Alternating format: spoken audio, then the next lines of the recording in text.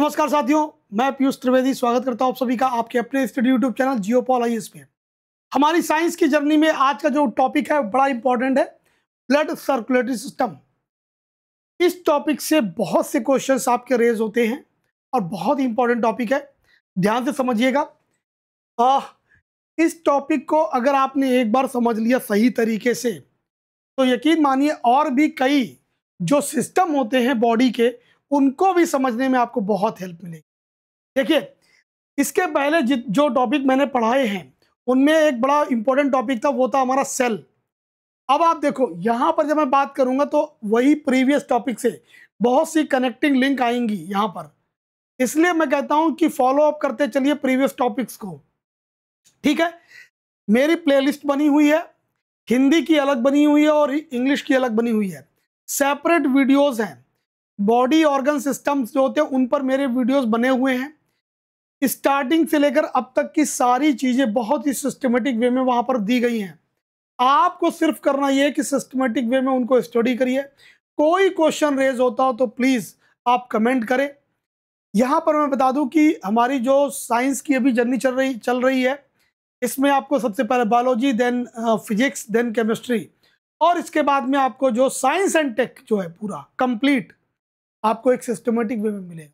तो हमारे चैनल की जो सबसे बड़ी खासियत यह है कि हर एक सब्जेक्ट की बड़ी ही प्रिसाइसली वे में हम चीज़ों को लेकर के चल रहे हैं। आपको एक सिस्टमेटिक स्टडी मिलेगी इस चैनल पे, सो प्लीज़ ज्वाइन अस और हमारे साथ जुड़े और एक सिस्टमेटिक स्टडी को आप फॉलो करें, जो कि आपके स्पेशली यूपीएससी के एग्जाम में बहुत हेल्प करेगी। देखिए, आप देखोगे कि प्लेलिस्ट में जाइए तो देखेंगे कि डिफरेंट सब्जेक्ट्स की भी प्लेलिस्ट बनी हुई है और बिलीव करिए उनमें बहुत ही क्वालिटी वे में पढ़ाया गया है। बिगनिंग है, हमारे साथ में जुड़ेंगे आपको 100% बेनिफिट होगा। Let's talk about this chapter, blood circulatory system. क्यों बोलते हैं इसको ब्लड सर्कुलेटरी सिस्टम? रीजन ये कि हमारी बॉडी में वो सिस्टम जो ब्लड को कंटेन करता है और पूरी बॉडी में सर्कुलेट कराता है, वही कहला रहा है ब्लड सर्कुलेटरी सिस्टम। आप इतना तो जानते ही हैं कि जब ब्लड की बात आती है तो या ब्लड से रिलेटेड जो सिस्टम की बात आती है, मन में आपका आता होगा ये जो वेन्स है हमारी बॉडी में, है ना, वेन्स है, हार्ट है, ब्लड है, बस यही चीजें सारे इसके पार्ट हैं।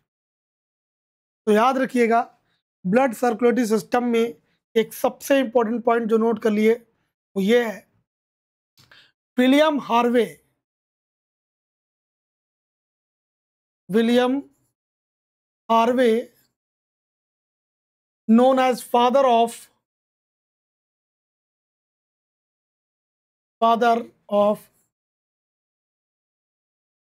human blood circulatory system।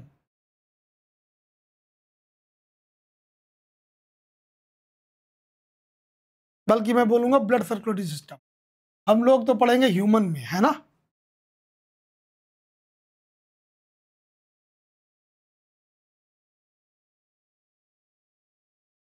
और यहां पर हम लोग जो पढ़ेंगे वो टॉपिक हमारा क्या रहेगा, ह्यूमन ब्लड, क्योंकि स्पेशली हम लोग ह्यूमंस को पढ़ने जा रहे हैं, इज इट।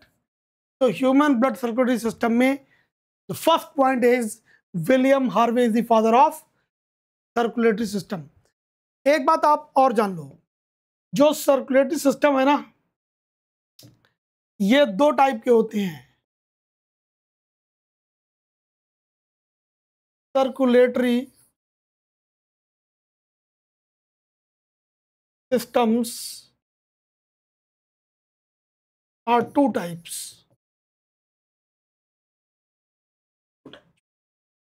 अब आप देखो ये जो दो टाइप की बात की ना मैंने, वो है क्या। एक जो होता है ना उसको हम लोग बोलते हैं close circulatory system. One is called what, close circulatory system, another is called open circulatory system।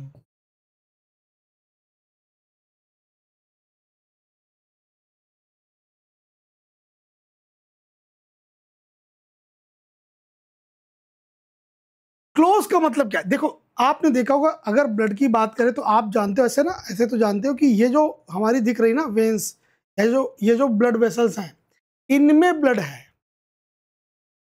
Important बात ये है कि हमारी बॉडी में जितना भी ब्लड कहीं पर भी है, वो ऐसी बड़ी, छोटी, मोटी, पतली, बट ब्लड वेसल्स में फ्लो करेगा।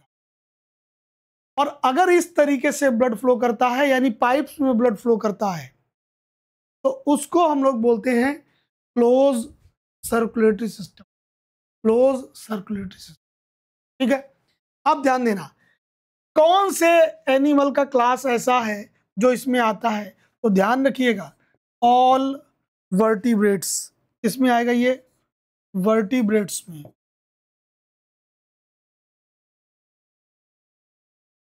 यानी जितने भी हायर एनिमल्स हैं। हायर एनिमल्स में मैंने बताया था आपको, एवीज हो गए, एम्फीबियंस हो गए, है ना, पूरा मैंने एनिमल क्लासिफिकेशन पढ़ा दिया है। रेप्टाइल्स हो गए, और आपके जो हैं स्पीसीज, स्पीसीज यानी fish and mammalian, is it, सब में ऐसा क्लोज। ओपन की मैं बात करूं, ओपन का मतलब क्या हुआ? जो ब्लड है ना, वो किसी ब्लड वेसल में नहीं फ्लो करेगा, वो बॉडी कैविटी, अंदर जो कैविटी है उसमें ही रहता है, यानी ओपनली पड़ा रहता है, कोई अलग से पाइपलाइन नहीं है। और ये जो है जितने भी लोअर एनिमल्स है ना, सब में ऐसा पाया जाता है। याद करिए, लोअर एनिमल्स में मैंने बताया था आपको, जब मैंने एनिमल क्लासिफिकेशन पढ़ाया था, तो मैंने कहा था बिल्कुल बिगनिंग होती है बहुत ही कम ऑर्गन सिस्टम वाले एनिमल से, और कंप्लीट ऑर्गन सिस्टम वाले एनिमल में। तो उसमें सबसे पहले स्टार्टिंग किससे हो रही थी? Porifera, coelenterata, is it, ctenophora, platyhelminthes, aschelminthes, mollusca, arthropoda, annelida, echinodermata, ये सारे लोअर या इनवर्टिब्रेट्स हैं। तो ये किस में पाया जाएगा? प्रेजेंट इन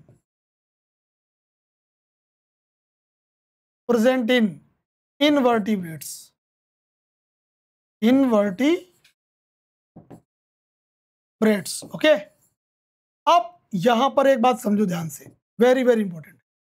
इन इनवर्टिब्रेट्स में एक ऐसा फाइलम है, एक, दैट इज एनिलिडा, जिसमें क्या आता है?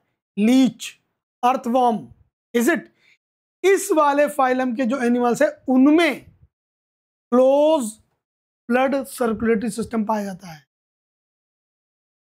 एक्सेप्शन है यहां पर, एक एक्सेप्शन, वो आप प्लीज नोट करें। वन इज एक्सेप्शन, क्या है? Annelida. Make this point very clear, क्या है भाई? Annelida, okay.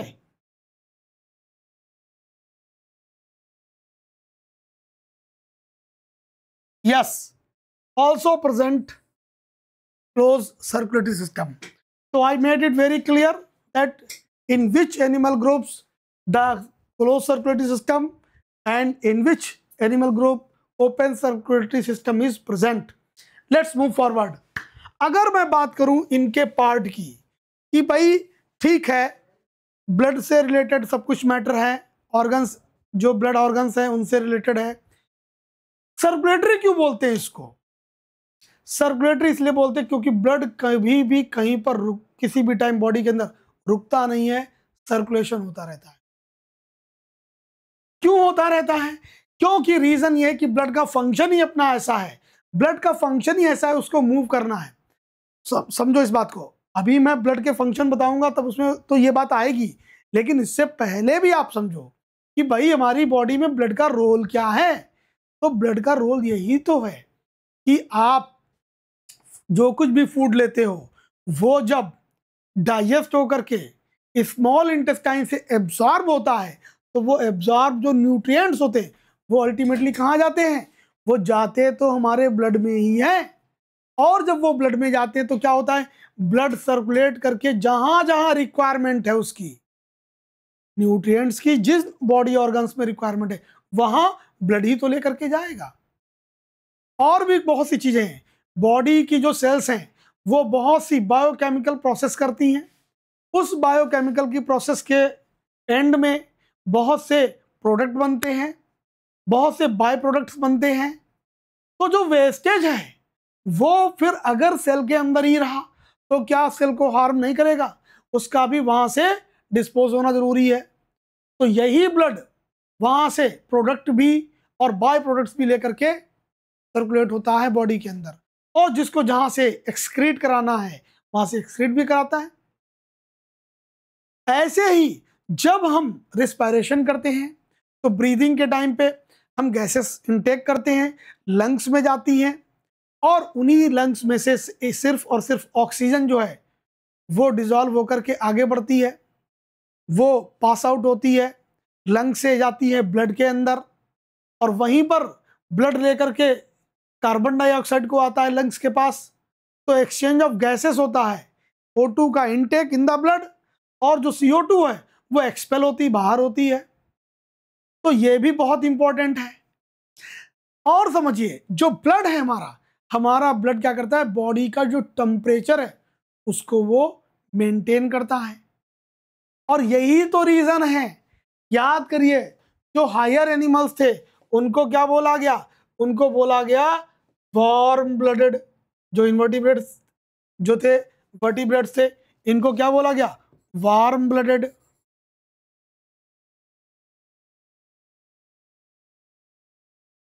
क्यों बोला गया वार्म ब्लडेड?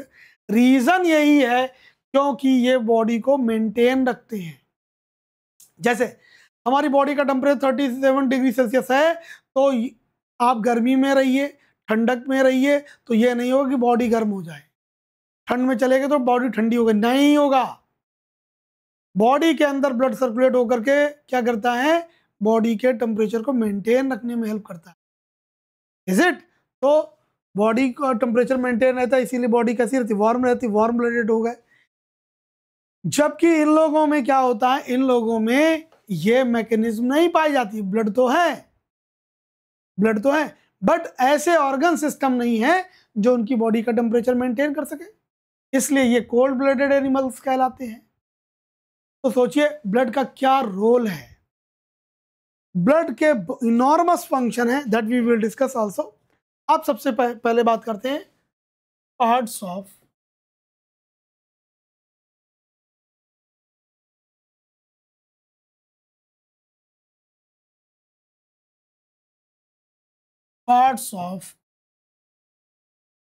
Blood circulatory.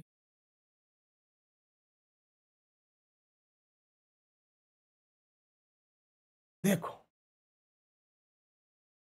एक तो पार्ट की बात हम कर ले, अगर one is heart, second one is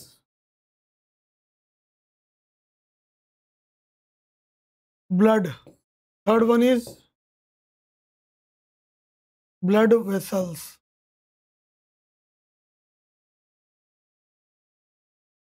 let's talk about heart. देखिए, अगर मैं बात करूं ह्यूमन हार्ट की,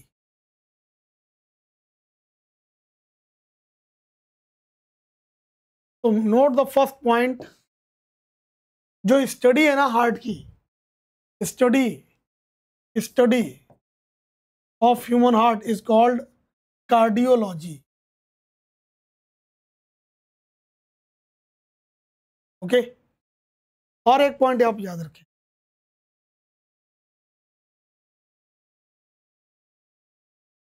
ये दो टाइप के होते हैं। These are two types,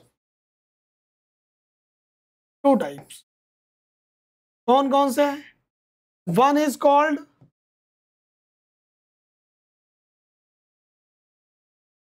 myogenic, second one is called neurogenic. Myogenic means what? Myogenic means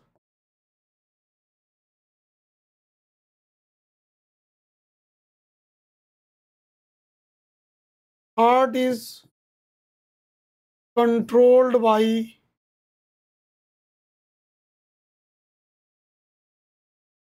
muscles. और जो न्यूरोजेनिक होगा ना, it is controlled bye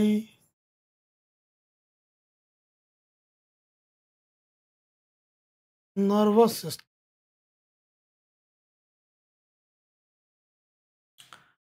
please बहुत ध्यान से समझ। जो ह्यूमन हार्ट है वो क्या है? फॉर एग्जाम्पल वो मायोजेनिक है।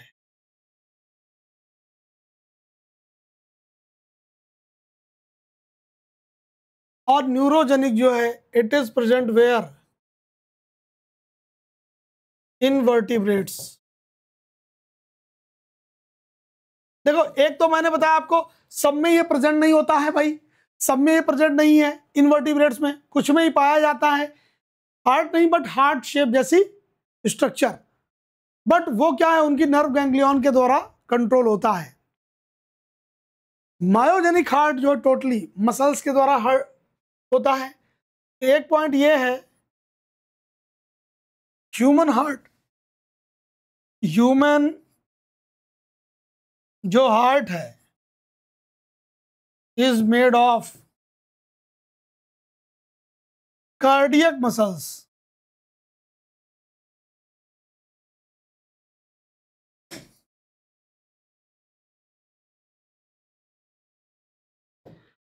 अब ये कार्डियक मसल्स कैसी होती है? These are involuntary muscles. Note this point, these are involuntary. Involuntary का मतलब क्या हुआ भाई? देखो, जैसे फिंगर्स को फोल्ड करना है, इज इट? फिंगर्स को फोल्ड करना है, तो ये जो फिंगर्स है ना, ये आप अपनी मर्जी से फोल्ड कर रहे हो, मर्जी से ओपन कर लेते हो। But those are involuntary muscles, उनको आप अपनी मर्जी से नहीं कंट्रोल करते हो। उनका कंट्रोल जो होता है वो ब्रेन की जो हाइंड पार्ट होता है उनके द्वारा कंट्रोल होता है, ठीक है ना? हाइंड पार्ट जो है ब्रेन का, वो कौन सा है? Medulla oblongata. अब मैं बताऊंगा, इसमें भी पूरा का पूरा नहीं, बट बिगनिंग जो है वो जरूर दी जाती है, ठीक है ना? और पॉइंट समझो, एक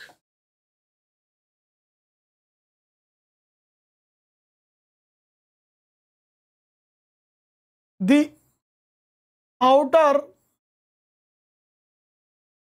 covering of heart, it is called pericardium. What? It is called pericardium. ये मेम्ब्रेन है, याद रखिएगा, प्रोटेक्टिव मेम्ब्रेन है, प्रोटेक्ट करती है। और क्या होता है कि जो हार्ट है ना, उसके ऊपर इसकी कवरिंग की वजह से क्या होता है कि कोई मैकेनिकल जो इंजरी है वो उसको नहीं लगने पाती है। हार्ट और जो पेरिकार्डियम मेम्ब्रेन है ना, उसके बीच में एक फ्लूइड होता है which is called pericardial fluid. ये फ्लूइड बड़ा इंपॉर्टेंट है। ये फ्लूइड क्या करता है, जो मैकेनिकल शॉक्स होते हैं उनको एब्जॉर्ब कर लेता है। इससे हमारा हार्ट क्या होता है, प्रोटेक्ट रहता है। Next point is what? There are 4 chambers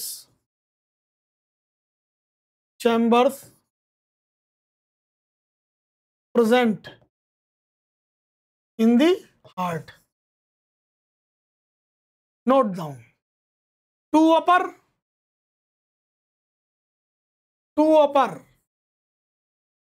called what? Atrium. Is it? And two lower, अभी मैं पूरा डायग्राम बना के भी बताऊंगा तो आपको पूरी बात क्लियर हो जाएगी। वेंट्रिकल,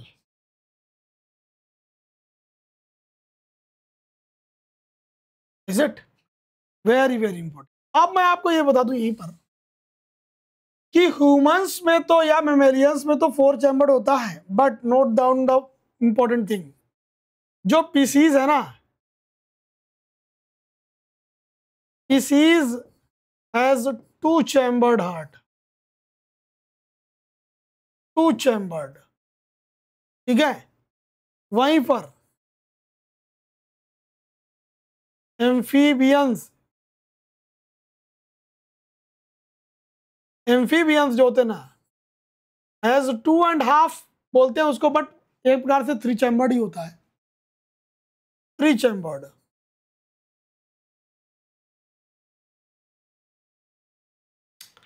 और जो एवीज हैं, जो रेप्टाइल्स हैं, हैज आल्सो 3 चैम्बर्ड। बट इसमें एक एक्सेप्शन है, क्रोकोडाइल,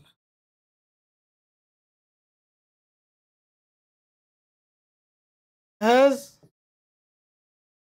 4 चैम्बर्ड।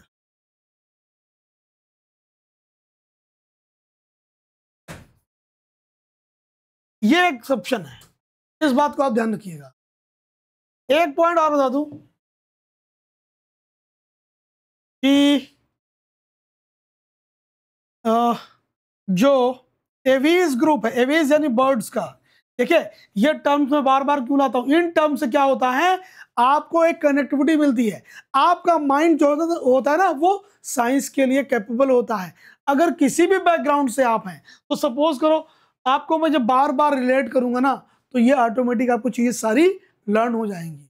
सो आप इन चीजों को बहुत फोकस होकर समझे कि क्यों ये बोल रहा हूं, ये इनके स्पेशल फीचर्स हैं, ये कनेक्ट करते हैं इवोल्यूशन को, ये इवोल्यूशन की प्रोसेस को कनेक्ट करते हैं। एवीज जो ग्रुप है ना, aves has 4 chambered,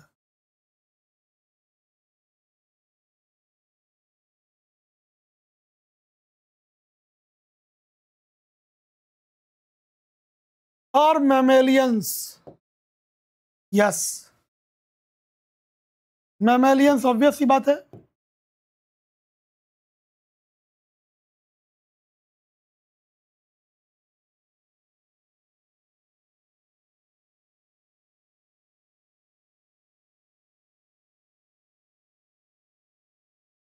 is it? 4 chambered. क्या व्हाट? हार्ट की बात हो रही है यहां, सब पे सिर्फ हार्ट की बात हो रही है। Is it? अब यहां पर एक बात बहुत ध्यान से समझना, मैं आपको एक स्ट्रक्चर के थ्रू थोड़ा सा बताऊंगा, तो फिर आगे और भी चीजें क्लियर हो जाएंगी। देखो,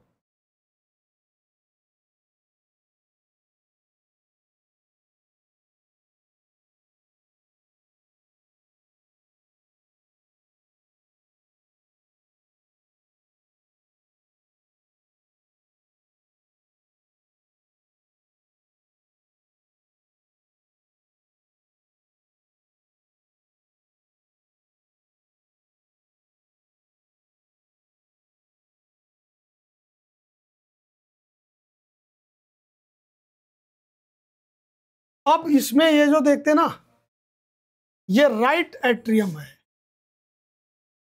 right atrium. This one is called left atrium, this one is called right ventricle,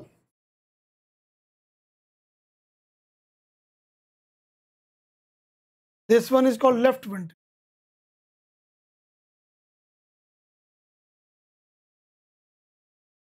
okay, अब इंपॉर्टेंट बात समझना और सीखना, पूरी बॉडी का, देखो पूरी बॉडी का जितना भी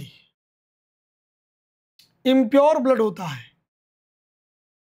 पूरी बॉडी का इम्प्योर ब्लड सबसे पहले इसमें आता है, राइट एट्रियम। कैसा? CO2 ब्लड, फिर वो पास होकर के जाता है राइट वेंट्रिकल में। यहां पर जो है ना एक 3 फोल्डेड, मतलब जैसे कि डोर्स होते ना वैसे 3 जो है वो वॉल्व का बना हुआ चैम्बर प्रेजेंट होता है, which is called tricuspid valve. Very very important, ये क्वेश्चन आता है। ट्राइकस्पिड इज प्रेजेंट वेयर, तो बोलते हैं tricuspid valve is present between right atrium and right ventricle. अब यहां से ब्लड फ्लो होकर के फिर ये जाता है लंग्स के पास। तो बहुत ध्यान से समझना इन चीजों को। यहां पर क्या है हमारे भाई, लंग्स लगे हैं, ठीक है, ये लंग्स है, ये ब्लड गया, ये ब्लड गया, और ब्लड जब इनके पास से जाएगा तो 2 प्रोसेस हो रही हैं। एक तो एक्सचेंज ऑफ गैसेस हुआ, ये ब्लड कैसा लेकर के आया, मैंने बोला भी आपको, ये CO2 वाला ब्लड है, देख रहे हैं आप, यहाँ पर कैसा है CO2 वाला ब्लड है, यहाँ पे कैसा है CO2 वाला ब्लड, फिर CO2 वाला ब्लड यहाँ है। अब CO2 जाएगी लंग्स में और यहाँ की जो ऑक्सीजन है वो आएगी ब्लड में। अब ब्लड को वापस, है ना, कैसा ऑक्सीजनेटेड ब्लड, वो वापस लेकर के एक वेसल आएगी और वो सबसे पहले इसमें आएगी, इसमें। ये क्या है, लेफ्ट एट्रियम। ये कैसा ब्लड लेकर के आए, O2 कंटेनिंग ब्लड। फिर ये ब्लड आएगा यहाँ लेफ्ट वेंट्रिकल में, और देन प्रेस होकर के ये जाएगा पूरी इन अ वेरी सिंपल वे। समझो, एक बार में क्या होता है, जब ये अपर चैम्बर कॉन्टैक्ट होते हैं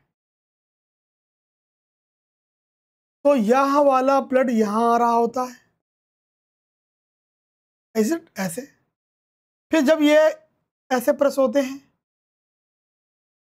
तो यहां का ब्लड यहां जा रहा होता है, उस वक्त यहां ब्लड फिल हो रहा होता है। मेरी बात फिर बहुत ध्यान से सुनना, जब ये कांटेक्ट होते हैं तो ये डायलेट होते हैं, मतलब एक ही टाइम पे 2 प्रोसेस हैं, इनका कॉन्ट्रैक्शन तो इनका डायलेशन। ये डायलेट होते हैं तो उस वक्त इनमें ब्लड फिल होता है, और ये कांटेक्ट हो रहे होते हैं तो इनमें ब्लड जा रहा होता है। फिर क्या होता है, जब ये कांटेक्ट होते हैं, ठीक है ना, तो इनका ब्लड यहां आ रहा होता है। तो यहां 2 रिदमिक प्रोसेस हो रही हैं, कॉन्ट्रैक्शन की और रिलैक्सेशन की। तो one is called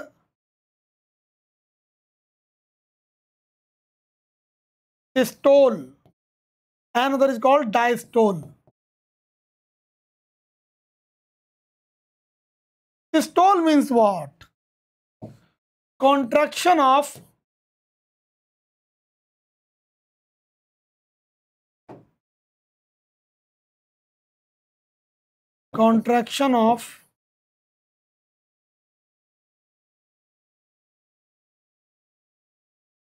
atrium and ventricle.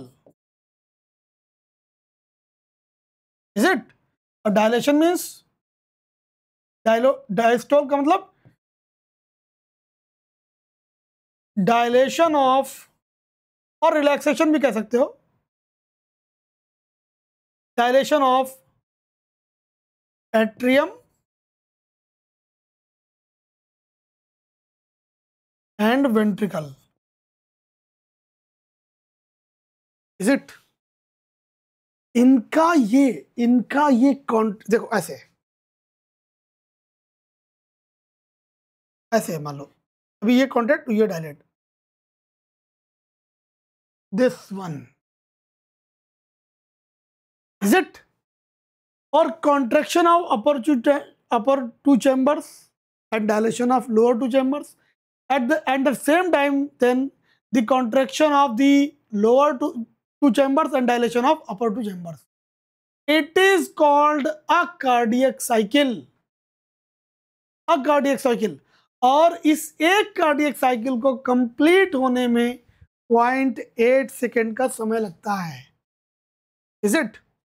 मैं ये भी पॉइंट नोट कराऊंगा अभी आपको, उससे पहले आप समझो।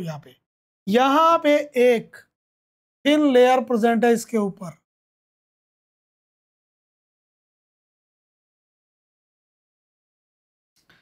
This thin layer is called pericardium, pericardium membrane. Is it?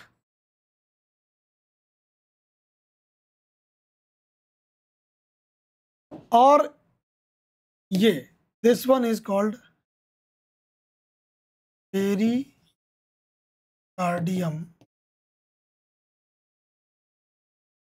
Membrane. Okay, अब मैं बहुत इंपॉर्टेंट बात बता दूं आपको। जो भी ब्लड वेसल हार्ट के अंदर ब्लड लेकर के आएगी, any blood vessel which receives blood from body organs to the heart, उन सबको हम लोग वेन्स कहते हैं। What are they called? They are called veins. Okay, और जो भी ब्लड वेसल हार्ट से ऑर्गन में ब्लड सप्लाई करती हैं, दे आर कॉल्ड आर्टरीज। अब एक इंपॉर्टेंट बात कि जो भी वेन्स हैं वे सब CO2 कंटेनिंग ब्लड को कैरी करती या इम्प्योर ब्लड कह सकते हो, और जो भी आर्टरीज हैं वो सभी प्योर ब्लड कंटेन करती हैं। बट एक्सेप्शनल है ये जो अभी आपने देखा ना, ध्यान रखें, यही क्वेश्चन सबसे ज्यादा आता है। ये एक जो आपकी वेन है यहां पे, this when is called pulmonary vein, और ये क्या रिसीव करती है? सॉरी, पल्मोनरी आर्टरी, क्योंकि ये हार्ट से ऑर्गन में ले जा रही ना, हार्ट से ऑर्गन में जो भी ब्लड वेसल लेकर के जाएगी वो आर्टरी होगी, तो पल्मोनरी आर्टरी। ये एक ऐसी आर्टरी है विच रिसीव्स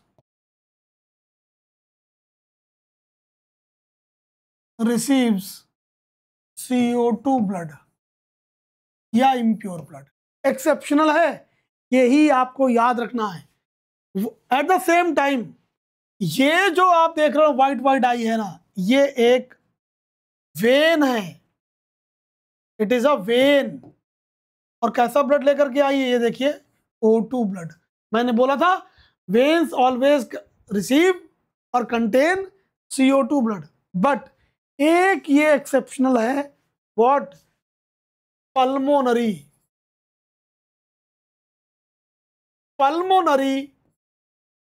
वेन जो ना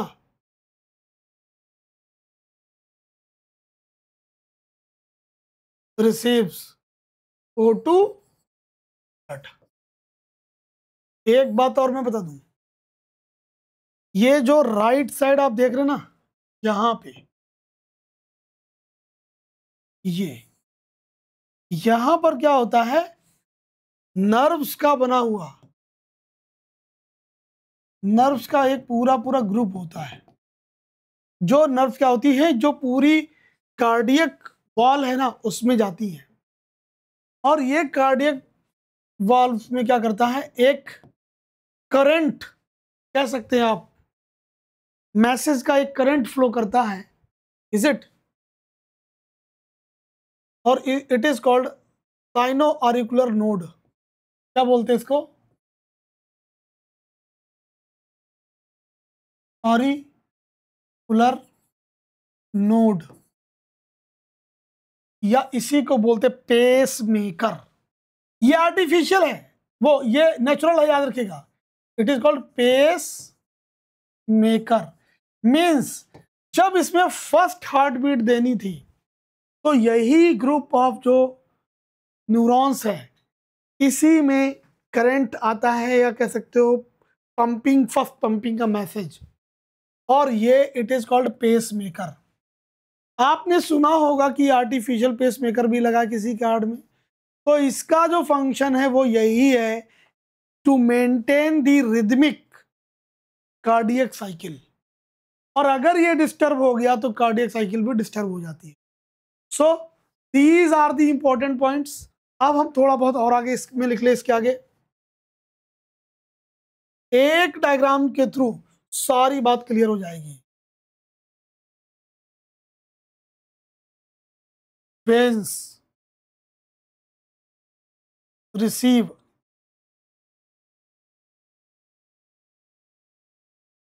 CO2 blood from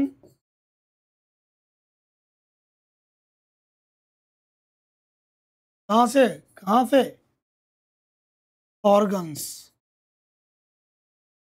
okay, organ से ले लिया। अब ये ब्लड लेकर के कहां जाएंगी, ये जाएंगी इसमें राइट एट्रियम में। राइट एट्रियम, राइट एट्रियम से जाएगा किसमें, राइट एट्रियम से जाएगा ब्लड राइट वेंट्रिकल में। राइट वेंट्रिकल से कहां जाएगा, खुदी लंग्स। और लंग्स में कौन लेकर के जाएगी,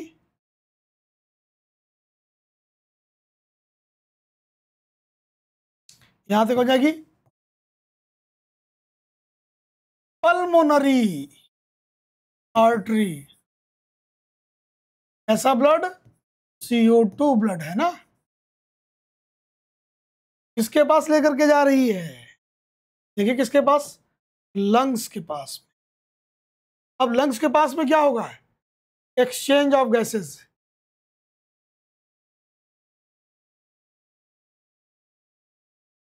गैसेस O2 और CO2 का, इज इट। तो फिर क्या होगा, फिर कौन आ जाएगी, पल्मोनरी वेन।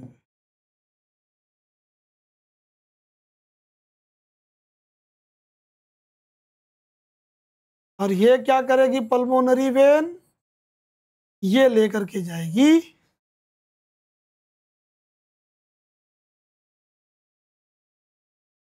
लेफ्ट एट्रियम में। अब लेफ्ट एट्रियम में कैसा ब्लड आ गया है, O2 कंटेनिंग, O2 ब्लड है ना। अब देखो यहां से जाएगा लेफ्ट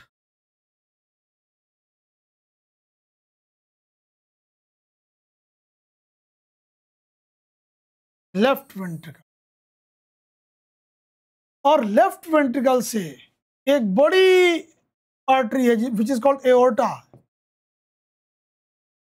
एओर्टा, एओर्टा लेकर के कहां जाएगा, प्योर ब्लड, इसको O2 blood to the organs. Blood circulation, क्या पॉइंट है,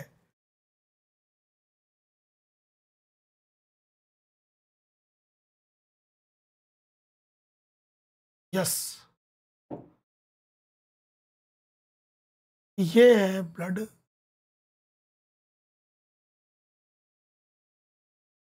द बॉडी। सिर्फ इस पॉइंट को आप नोट कर लें, इस डायग्राम को नोट रखें, सारी बातें आपको याद रहेंगी। कुछ पॉइंट्स बता देता हूं मैं और समझो।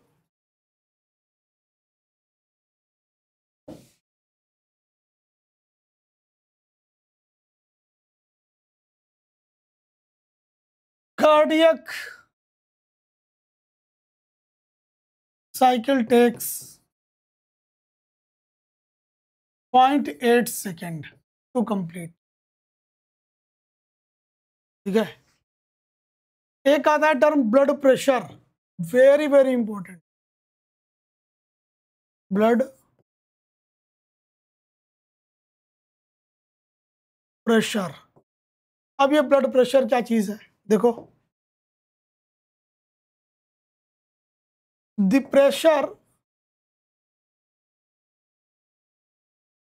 The pressure which is exerted by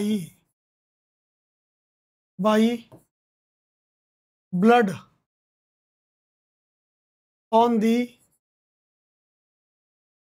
walls of arteries। और ये दो टाइप के हैं, आप समझो,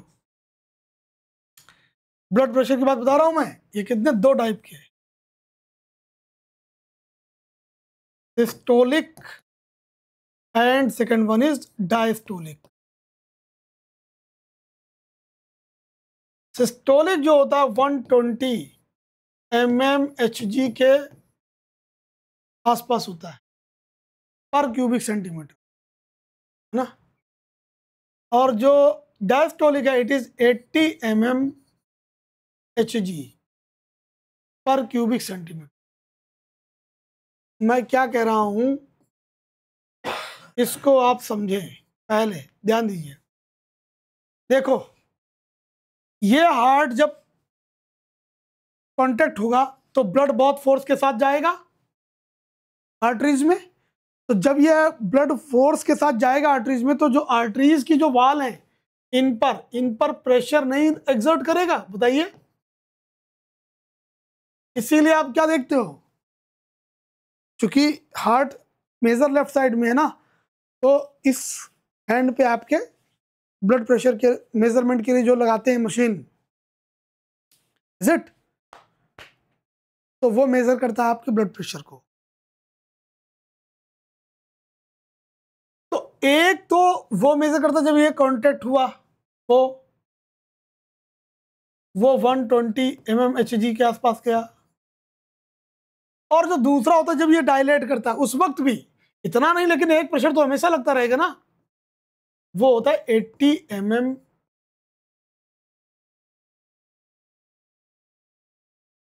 this is called your blood pressure. अब आप समझना, ब्लड प्रेशर को मेजर किससे करते हैं,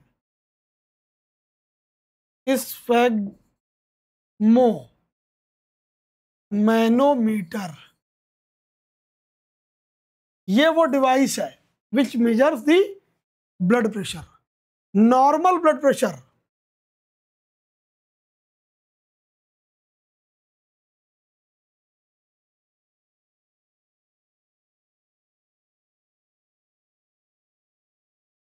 it is 120 80 mmHg।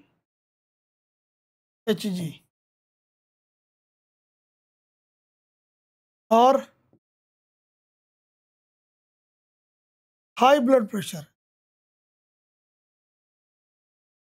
More than 120 means ये 130 टू 95 mmHg ऐसे चला जाए। और एक है लो ब्लड प्रेशर,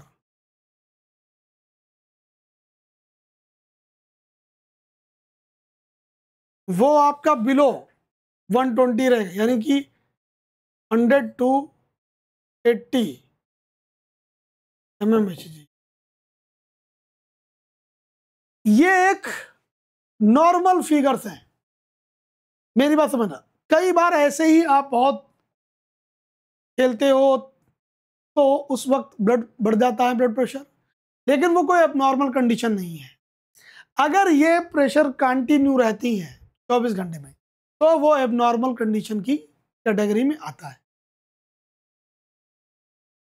एक हार्ट बीट की मैं बात बता दूं, हार्ट बीटिंग जब होती जिसको फील आप यहां करते हो, विच इज कॉल्ड पल्स। तो जो पल्स रेट है ना,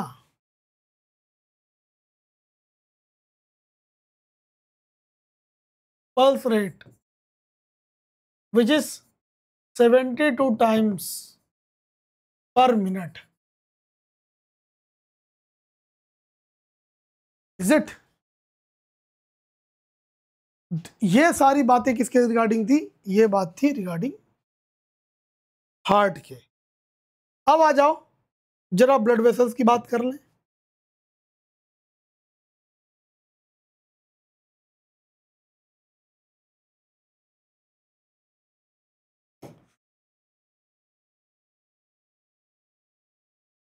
तो ये 3 टाइप की हैं। These are 3 types.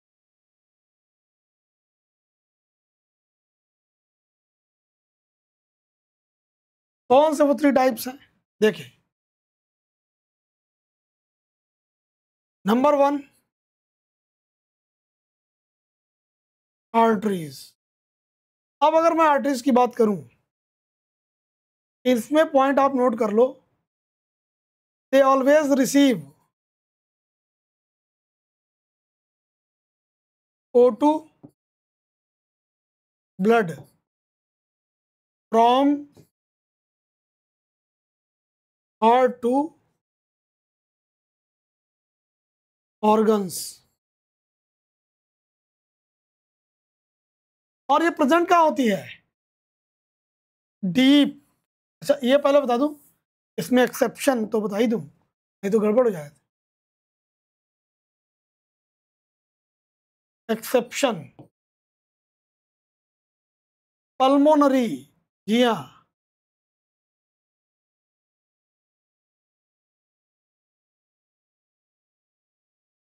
Pulmonary artery.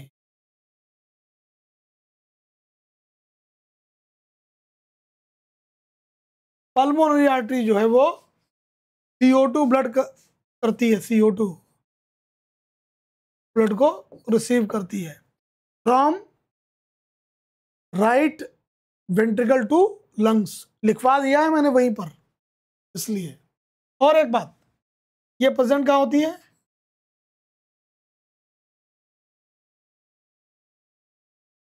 इनकी वॉल जो होती है वो थिक होती है। क्यों? क्योंकि इन्हें ब्लड प्रेशर को बियर करना पड़ता है। They are present where? Deep in the muscles. ये मसल्स में डीप में होती है। देखिए, ये देखो ना, आपको ये दिख रहा है, ये सारी क्या, ये वेन्स है, और इनमें कोई प्रेशर फील नहीं होगा। इसीलिए आपको डॉक्टर जब आपकी पल्स रेट कंसीडर करता है तो वो यहाँ पर थंब के ठीक नीचे ऐसे प्रेस करता है, क्योंकि यहीं पर एक आर्टरी आती है जिस विच इज कॉल्ड रेडियल आर्टरी, और उसमें आप देखोगे पल्स रेट फील होगी। तो डीप इन द मसल, ठीक है। और इनका फ्लो जो होता है वो always organs to heart to organs होता है। वहीं पर जब मैं बात करता हूं नंबर 2 वेन्स की,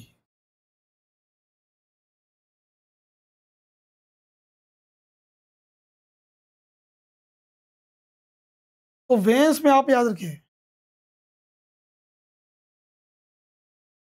receive CO2 blood from organs to heart. Exception याद रखिए इसमें, एक्सेप्शन पल्मोनरी वेन। ये कैसा?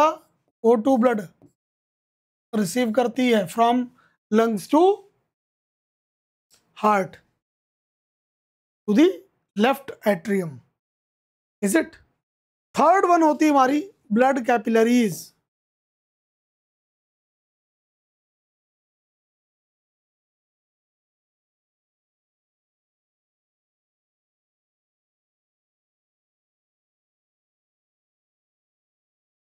ये बहुत फाइन ब्लड वेसल्स होती हैं, बहुत फाइन होती हैं, और इनका फंक्शन क्या है? They connect they are present between arteries and veins, is it?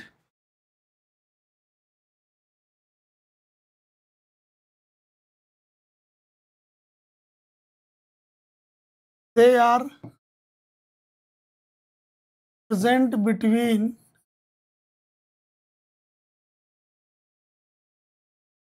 arteries and veins। कहाँ पर पाई जाती हैं? present near the tissue fluid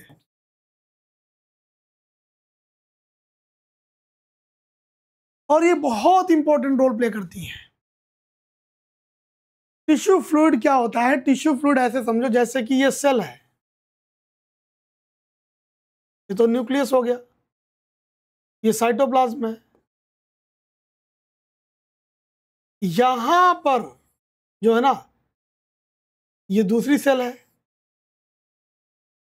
इनके बीच में जो गैप होता है वहां पर जो फ्लूइड आता है, क्योंकि जो भी आर्टरीज है वो अपना लाकर के सीधे सेल में नहीं ले जाती हैं, टिश्यू फ्लूइड में कोई भी मटेरियल को रिलीज करती हैं, फिर टिश्यू फ्लूइड से जाता है सेल के अंदर। वहीं पर जो ब्लड कैपिलरीज होती हैं वो पड़ी रहती हैं और वो क्या करती हैं, जो कुछ भी यहां से वेस्टेज आता है उसको वो रिसीव कर लेती हैं। तो blood capillaries are very important present in the tissue fluid. Okay, अब अगर हम बात करें ब्लड की,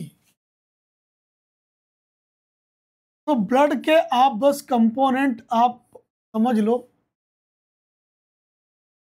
एक एक चीज क्लियर हो जाएगी। पहला मेरा पॉइंट है कि जो ब्लड है ना, आगे लिखवा दूंगा मैं और बहुत सी बातें, बट अभी समझो ब्लड के दो पार्ट हैं। अगर कोई अच्छा चलो ये पूछ दे ब्लड है क्या, तो क्या बोलोगे? It is a fluid connective tissue. Fluid connective tissue है भाई क्या ब्लड? टिश्यू फ्लूइड है, टिश्यू है बट फ्लूइड फॉर्म में है, क्योंकि इसका एक पार्ट तो सॉलिड है और एक पार्ट इसका लिक्विड है। आप ऐसे सोचो जैसे आपने क्या किया, एक ग्लास ले ली है ना, अब समझो ग्लास ले ली और ग्लास में क्या करो, इसमें वाटर फिल कर दो। अब इसमें हमने क्या किया, हमने डाल दिए हैं कुछ ये पेबल्स, छोटे छोटे पेबल्स। फिर क्या किया, फिर हमने डाल दिए कांच के टुकड़े, ये देखो। और क्या डाल दिया, और डाल दिया इसके अंदर हमने कंचे, ये देखो कंचे डाल दिए। तो इसका जो वाटर है ना, जो वाटर है वो है इसका प्लाज्मा। ये वाले इसके मान लीजिए ये WBCs हैं, ये पिंक कलर वाले इसके मान लीजिए RBCs हैं, और ये लोग कांच के टुकड़े ये प्लेटलेट्स हैं। अब आप देख रहे हो ना कि ब्लड, और ये टोटल क्या है, ये टोटल है ब्लड, ये टोटल क्या है ब्लड। तो ब्लड कोई एक सिंगल चीज नहीं है, कई इसमें चीजें इन्वॉल्व हैं। अब इन्हीं चीजों को हम बहुत सेपरेटली समझेंगे, ध्यान से देखिएगा। देखो, एक तो मैंने बोला आपको इसका एक पार्ट है विच इज प्लाज्मा। ये जो प्लाज्मा है ना, ये टोटल 50% ऑफ द ब्लड होता है। प्लाज्मा की मैं अगर बात करूं तो प्लाज्मा के अंदर आप देखो क्या क्या चीजें हैं, ऑर्गेनिक इनऑर्गेनिक सब्सटेंसेस हैं। there are present many organic and inorganic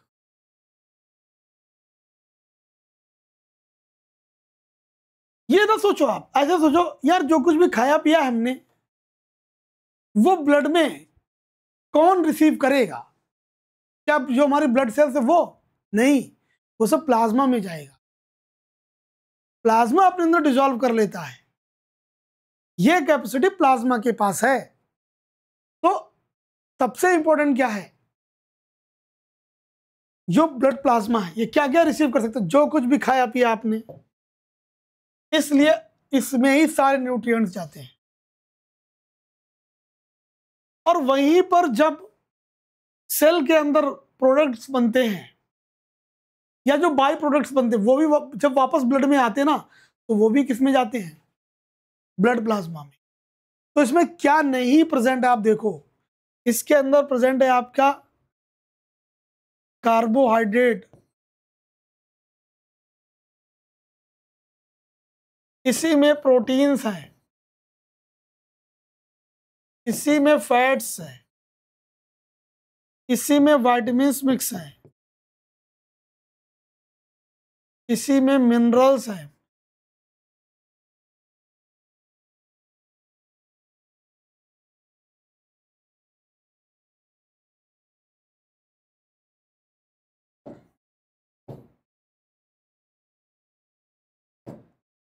इसमें ही आप समझो कि जो यूरिया है, जो कि लीवर में बनी है यूरिया, वो भी इसी में आती है वापस।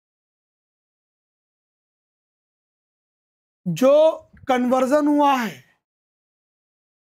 ग्लाइकोजन का ग्लूकोज में, वो भी किस में आता है? इसी में। इसीलिए मैंने लिखा कार्बोहाइड्रेट्स।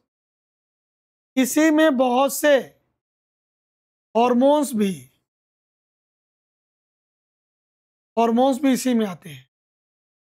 हीपैरिन नामक,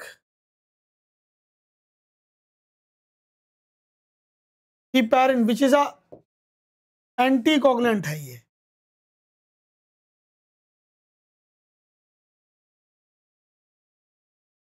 एंटीकोगुलेंट का मतलब क्या होता है?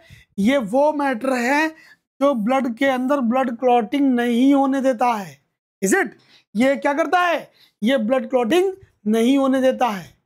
अब ब्लड क्लॉटिंग की बात आ गई तो क्या है, देखो हमारे हाथ पैर में कहीं पर भी कोई चोट लग जाए तो ब्लीडिंग होने लगती है, लेकिन क्या होगा, कुछ समय के बाद में ऑटोमेटिक ये ब्लीडिंग क्या होती है?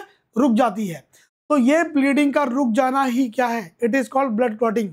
अब इसके लिए बहुत इंपॉर्टेंट कुछ चीजें होती हैं। एक तो जैसे कि प्रोथ्रोम्बिन प्रोटीन है, प्रोथ्रोम्बिन। एक है fibrinogen,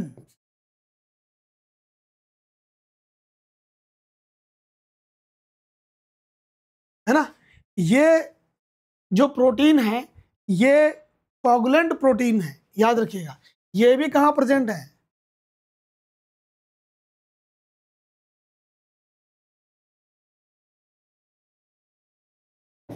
these are present in the blood plasma. और ब्लड प्लाज्मा के अगर मैं बात करूं,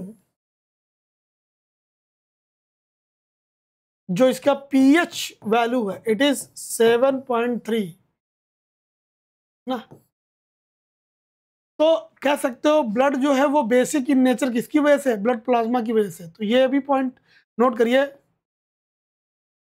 blood is basic in nature due to blood plasma. Is it? तो ये तो बात हो गई ब्लड प्लाज्मा की।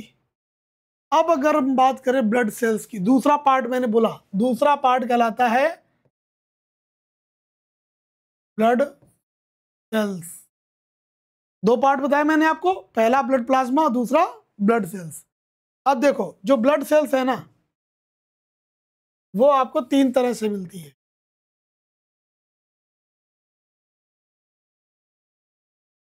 One is called RBCs. Number one what? RBCs, या इन्हें आप क्या बोलते हो? रेड ब्लड सेल्स, या कॉर्पसल्स भी बोलते हैं। रेड ब्लड कॉर्पसल्स, और इनको बोलते इरिथ्रोसाइट्स। इरिथ्रोसाइट्स, और ये कैसी होती हैं? एल्पेनलीबे की जो टॉफी देखी ना, बीच में है तो ये राउंड शेप्ड, बट बीच में कैसी है? दबी हुई होती है। और याद रखिएगा, इसी में पॉइंट है।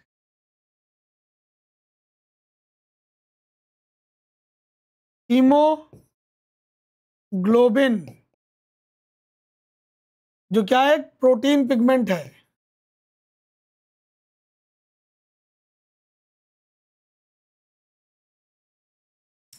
प्रेजेंट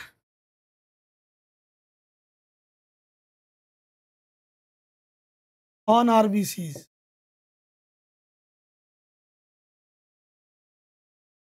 ठीक है ना? ये भी जान लो, अगर हम अभी आरबीसीज की बात करें और किसी की बात ना करें, सिर्फ आरबीसीज की बात कर रहे हैं,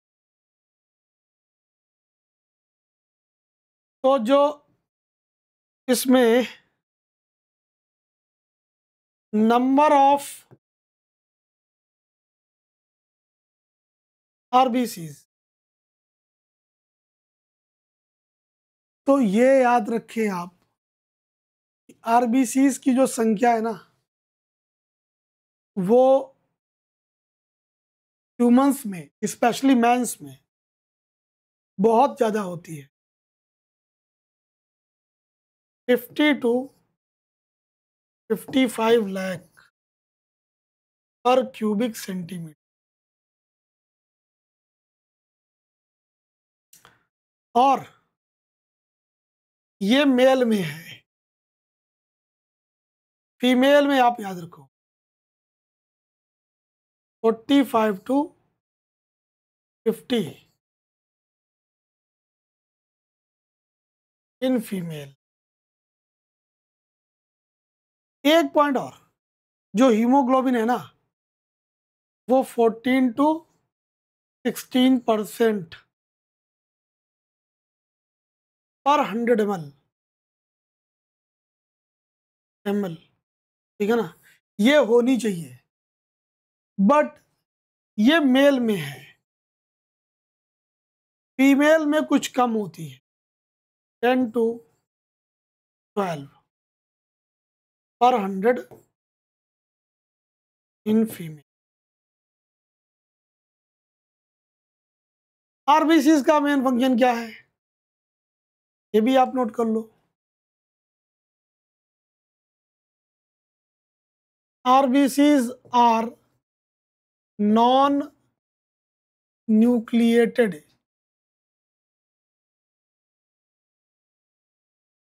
इनमें न्यूक्लियस नहीं पाया जाता,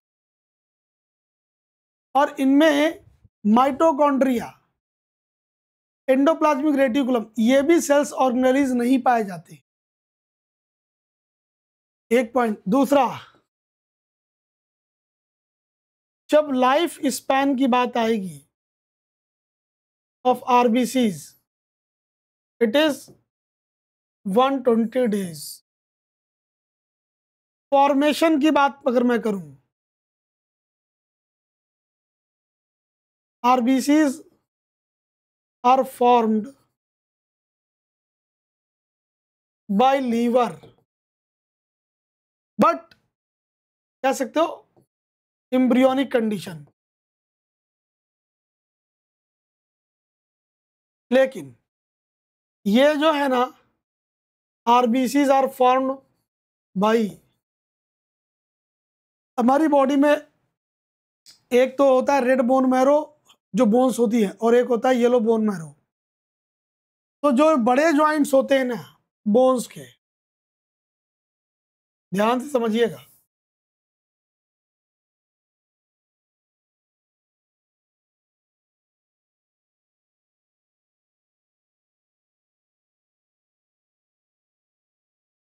यहां पर जो रेड बोन मैरो है, ये प्लेस होता है फॉर्मेशन ऑफ आरबीसीज का।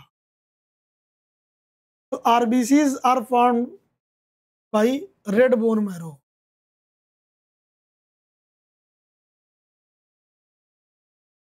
और रेड बोन मैरो कहाँ होगा? जो बड़ी बोन्स होती हैं उनके जो ज्वाइंट्स होते हैं वहां पर। एक बात, spleen is a blood bank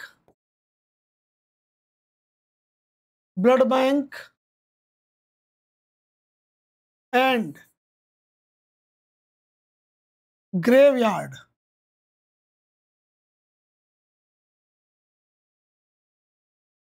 of RBCs. इसका क्या मतलब है? देखिए, जिन आरबीसीज की एज कंप्लीट हो जाती ना, वो स्प्लीन में आकर के डिस्ट्रॉय कर दी जाती हैं। स्प्लीन क्या है? Spleen is a lymph gland. Lymph gland, largest lymph gland होती है which is present to the adjacent of stomach. ठीक है। और ब्लड बैंक क्यों बोला मैंने? क्योंकि यहां पर स्टोर हो जाती हैं। Some quantity of RBCs are stored in the spleen. तो बहुत इंपॉर्टेंट ये ऑर्गन है। आप सोचो, इतनी सारी चीजें आरबीसीज के रिगार्डिंग है। और आरबीसी का फंक्शन, मेन फंक्शन क्या है? RBCs holds O2 and CO2। सबसे बड़ी बात, आरबीसीज जो होती है ना, वो O2 के कंपैरिजन में जो कार्बन मोनोऑक्साइड है ना, इसको ज्यादा तेजी से होल्ड करती हैं। Carbon monoxide. अब आप सोचो, और ये कहां पर प्रोड्यूस होती है carbon monoxide? Carbon monoxide produce होती है जहां पर जो कार्बन है उसका इनकम्प्लीट कंबशन होता हो। जैसे कि जो कोयला वगैरह जो होता है ना, जो अंगीठी वगैरह पे जो सुलगाते हैं उसको बहुत धीरे धीरे बर्न करते हैं, वहां पर कार्बन डाइऑक्साइड क्या इनकम्प्लीट बर्न कर रहा है, वहां पर कार्बन मोनोऑक्साइड ज्यादा प्रोड्यूस होगी। और ये carbon monoxide in comparison to O2 इससे जल्दी ज्यादा बाइंड हो जाएगी। किससे? हीमोग्लोबिन से, Hb यानी हीमोग्लोबिन से। अब आप देखो क्या होगा कि ऐसे रूम में बैठे हुए हैं जिसमें कि टोटली वो बंद है, और क्या हो रहा है? कोयला बर्न कर रहा है। अब वहां प्रोड्यूस क्या हो रहा है? Carbon monoxide. और वो क्या होगा? वो ज्यादा बाइंड करेगा हीमोग्लोबिन से। तो पर्सन के अंदर धीरे धीरे क्या होगा? कार्बन मोनोऑक्साइड की परसेंटेज बढ़ेगी, जिससे क्या होगा? पर्सन की बॉडी में O2 की कमी आ जाएगी। अब O2 की कमी से क्या होगा? व्यक्ति को हाइपोक्सिया होगी, धीरे धीरे डेथ भी हो सकती है। तो कभी भी आप रूम को बंद करके जो कोल है उसको बर्न ना करें। बहरहाल, these are the points regarding RBCs. अब आते हैं हम अपने दूसरी सेल्स पे, और दूसरी सेल हमारी है WBCs। Second one is WBCs। These are called what? White blood corpuscles। White blood corpuscles।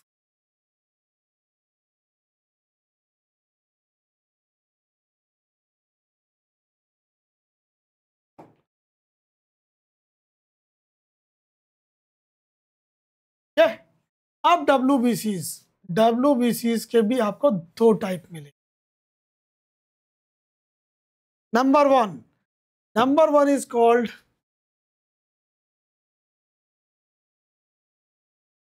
एक तो ऐसी होती हैं WBCs जिनके ऊपर क्या होते हैं, ग्रेन्यूल्स पाए जाते हैं, ठीक है।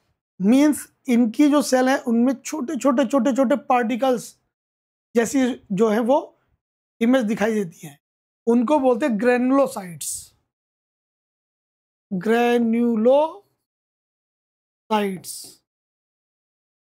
और सेकेंड वन कहलाती है ए ग्रेनुलो। अब जो ग्रेनुलोसाइट्स है ना, ये 3 तरह की मिलती है हमें।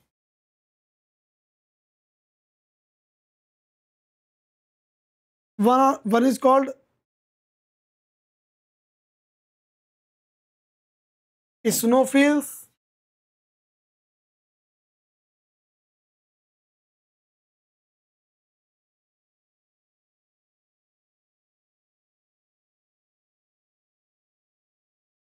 Basophils and neutrophils.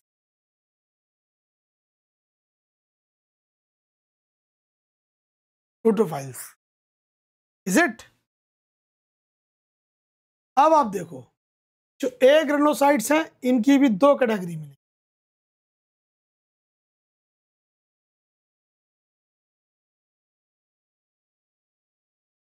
One is called monocytes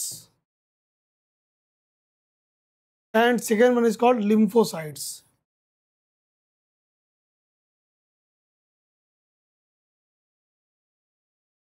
बहुत इंपॉर्टेंट पॉइंट्स बताने जा रहा हूं। WBCs को हम लोग ल्यूकोसाइट्स भी बोलते हैं,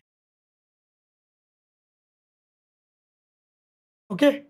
और इनका जो बेसिक फंक्शन है WBCs का, वो फंक्शन क्या है, to maintain, to make defence system. Yes, सिर्फ एक पॉइंट से सारी क्लियरिटी हो गई। क्या कम फंक्शन इनका, इनका फंक्शन है बॉडी के अंदर डिफेंस सिस्टम को मेंटेन करना। कैसे मेंटेन करेंगे ये डिफेंस सिस्टम को, देखो भाई, WBCs है ना, WBCs की अपनी एक खासियत होती है, ये 2 तरह से फंक्शन करती है। एक तो यहां पे लिखता हूं,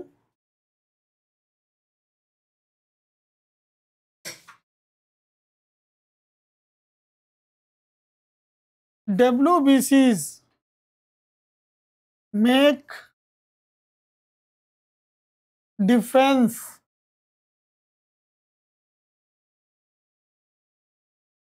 system in the body, okay. कैसे, these cells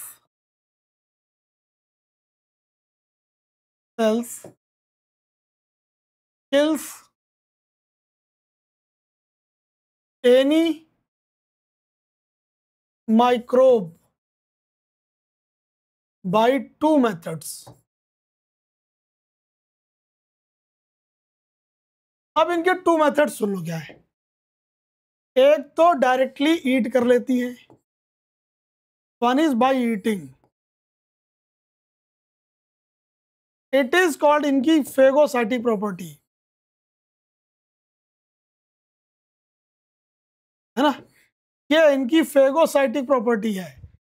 फेगोसाइटिक का मतलब क्या हो, ये डायरेक्ट कोई भी भाई बॉडी में क्या हुआ, कोई इन्फेक्शन हो गया, कोई माइक्रोब एंटर कर गया है, कोई वायरस है, कोई बैक्टीरिया है, any particle which can harm our body, अब उसको क्या करेंगी, ये अपनी फेगोसाइटिक प्रॉपर्टी के थ्रू हीट कर लेंगी, डायरेक्टली किल कर देंगी।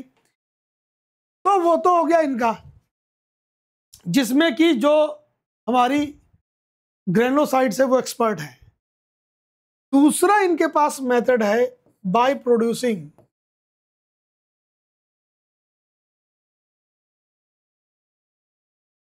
एंटीबॉडीज।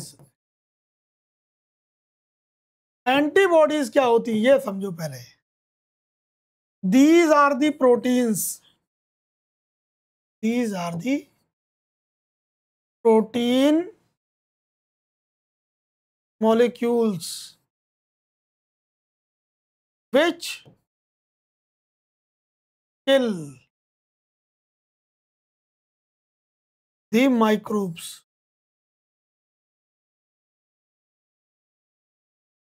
है ना। और इनके लिए द बेस्ट एग्जाम्पल की बात करूं, अगर इसका एग्जाम्पल आ जाए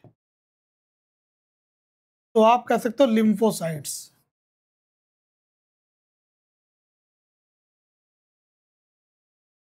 अगर मैं बात करूं डब्ल्यूबीसीज के लाइफ स्पैन की,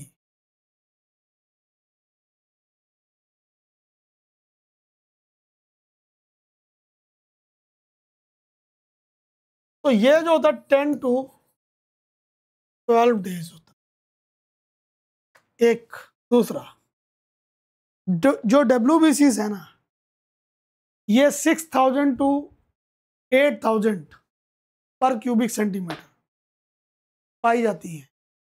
तो डब्ल्यूबीसीज are very very important for our immunity, और इन्हीं की वजह से याद रखिए they form the immune system of the body। तो इस तरीके से तो डब्ल्यूबीसीज अपना फंक्शन परफॉर्म करती है। अब आता है इसमें तीसरा पॉइंट, जो तीसरी सेल्स है उनको भी समझ लो। These are called platelets. Platelets, इनको भी हम लोग बोलते हैं thrombocytes. These are called what? Thrombocyte. और एक बात आप जान लो, these are only present in mammalians. Very very important. Yes, these are only present in mammalia। Okay. और एक पॉइंट ये है, इनकी जो रेंज है 2.5 लाख पर क्यूबिक सेंटीमीटर, और इनकी भी जो लाइफ स्पैन होती है वो 10 to 15 डेज होती है।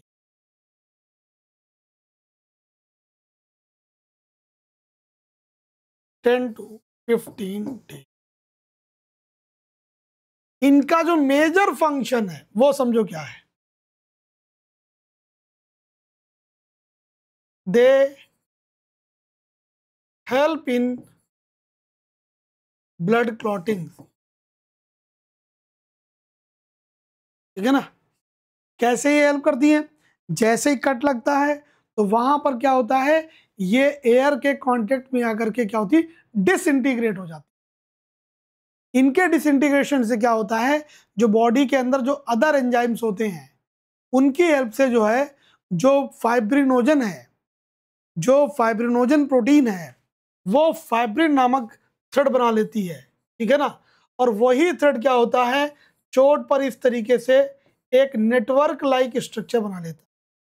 यस, ये जो नेटवर्क लाइक स्ट्रक्चर बन जाता है ना, अब इसमें क्या होती है, इतना ये फाइन होता है कि इसमें जो आरबीसीज हैं वो स्टक कर जाती है, और उसमें क्या होता है, धीरे धीरे फिर जो है ना ब्लड क्लॉट बन जाता है, ब्लड क्लॉटिंग हो जाती है। याद रखिएगा। तो इसमें जो ब्लड क्लॉटिंग की अगर मैं बात करूं ब्लड क्लॉटिंग की, तो उसके लिए कुछ फैक्टर्स वो बहुत ही रिस्पॉन्सिबल हैं। एक तो आपको चाहिए prothrombin protein,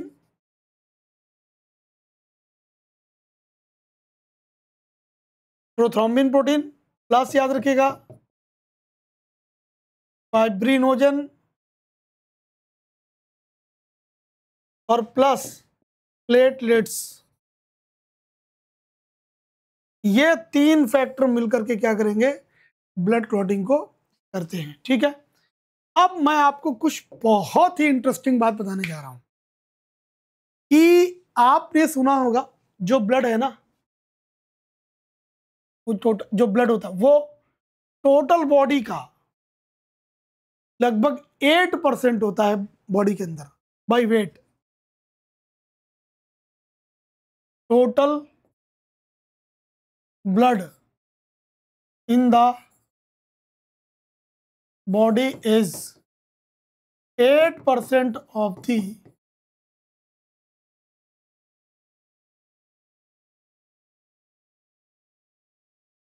weight of body. एक फैक्ट बता दूं, 1 unit blood contains 450 ml।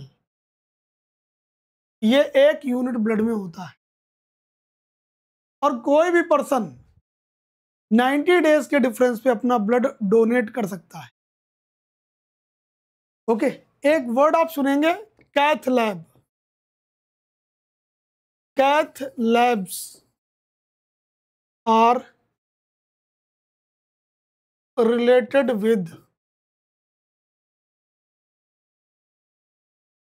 Heart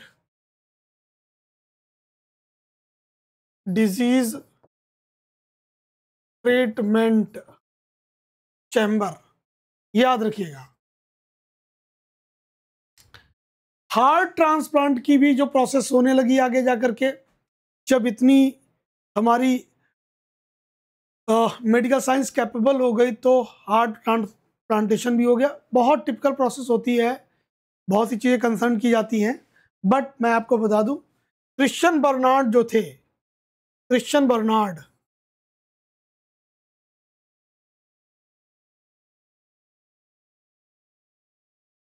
did the first heart transplantation, heart transplantation.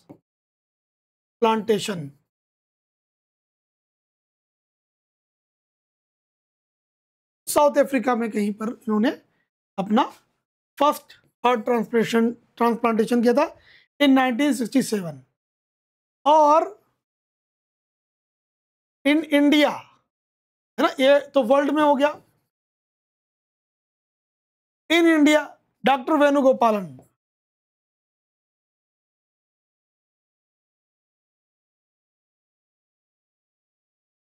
did the first heart transplantation in India।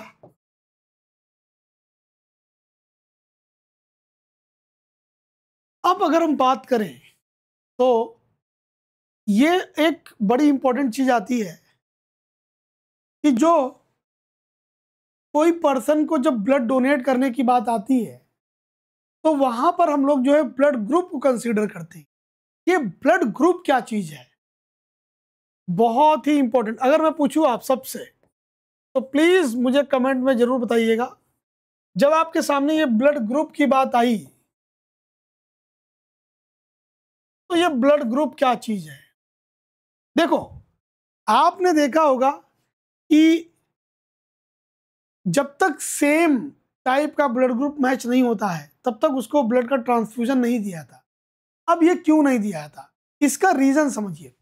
यहां पर आप समझिएगा, ब्लड ग्रुप को मैं डिस्कस करूं उससे पहले मैं 2 टर्म बता दूं आपको। एक तो होता है एंटीजन और एक होता है एंटीबॉडी। तो पहले ये समझो व्हाट इज एंटीजन। एंटीजेंस, इसकी डेफिनेशन ये है, these are the glycoproteins, these are the glycoproteins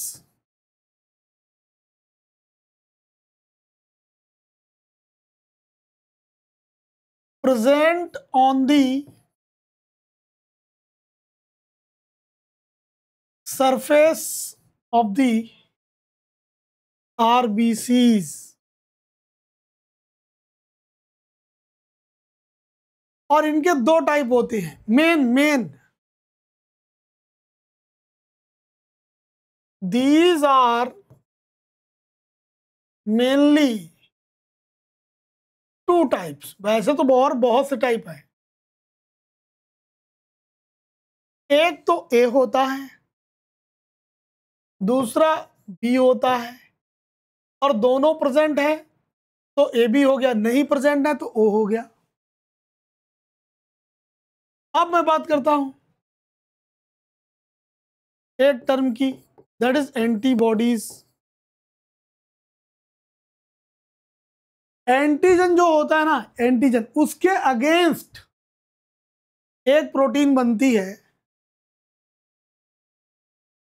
उसको हम बोलते हैं antibody. The protein which is formed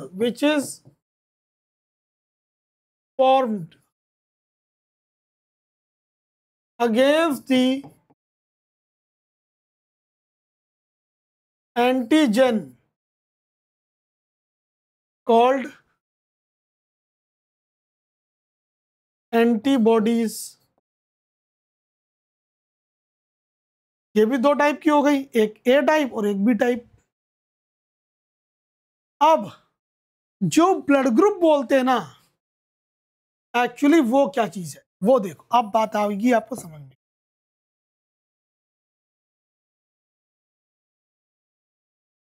blood group क्या है ना, it is an antigen which is present on the RBCs। Okay, तो ब्लड ग्रुप जो है वो किसके द्वारा डिसाइड हो रहा है, किस टाइप की आरबीसीज पर, किस टाइप की जो एंटीजन है वो प्रेजेंट है किस पे, आरबीसीज पे, तो वही कहलाता है ब्लड ग्रुप। और इसकी खोज किसने की थी, याद करिएगा, जो ब्लड ग्रुप होते हैं तो नोट करिएगा, blood group were discovered by,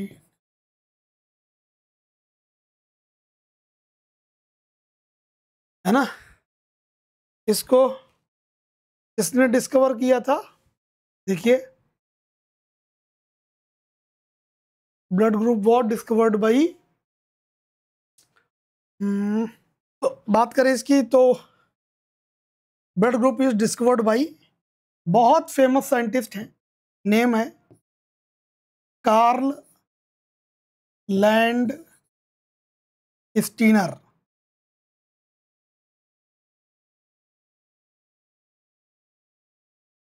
okay, Karl Landsteiner ने इन 1901 में इसको डिस्कवर किया। अब बहुत ध्यान से समझना, इन्होंने जो ब्लड ग्रुप डिस्कवर किए वो एक तो ए था और एक बी। तो ब्लड ग्रुप की अगर मैं बात करूं,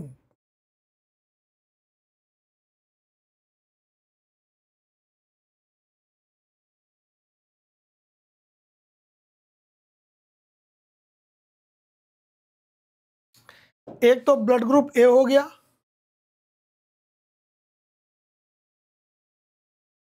या ऐसे ए बी, ए बी और ओ। ओ का मतलब कोई नहीं, इन दोनों में से कोई ना हो और दोनों प्रेजेंट हो। वहीं पर आप ध्यान दो, जो एंटीजन है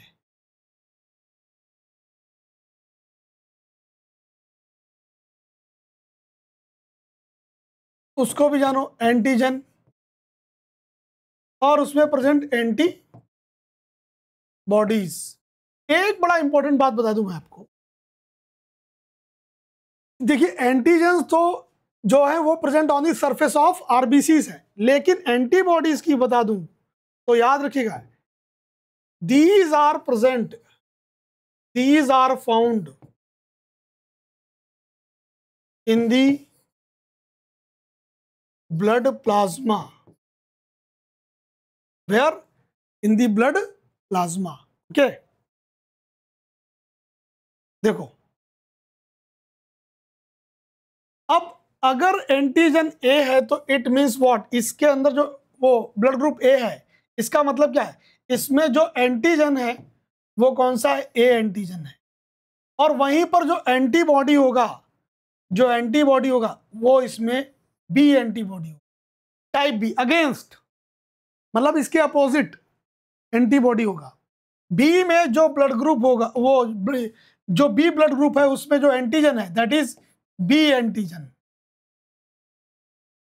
ए बी जो होगा उसमें दोनों एंटीजन होंगे, ए बी, और जो ओ वाला होगा उसमें कोई भी एंटीजन नहीं होगा। लेकिन जो बी एंटीजन वाला ब्लड ग्रुप है उसमें जो एंटीबॉडीज है दैट इज ए, और ए बी वाले में कोई भी एंटीबॉडीज नहीं है, और जो ओ है उसमें कोई भी एंटीजन नहीं है, और ओ ब्लड ग्रुप में जो एंटीबॉडी है वो दोनों हैं। अब सबसे इंपॉर्टेंट बात, वो पॉइंट ये है, स्टार पॉइंट ये है, at the time of blood transfusion the same type of antigen and antibodies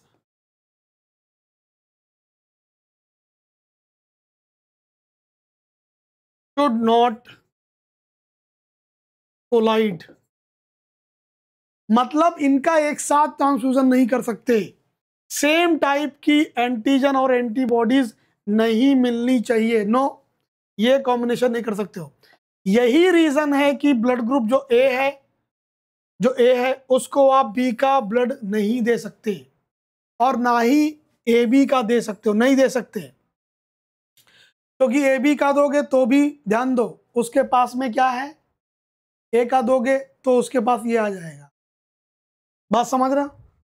और ए बी वाले के पास में ध्यान से देखो, इसको दोगे तो इसके पास बी मैच कर जाएगा।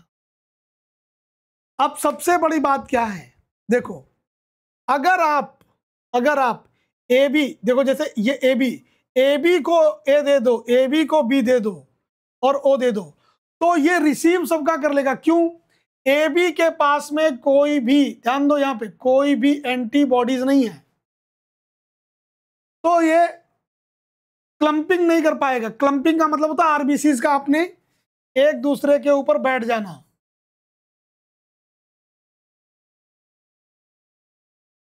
ये क्लंपिंग ऑफ आरबीसीज कहते हैं इसको,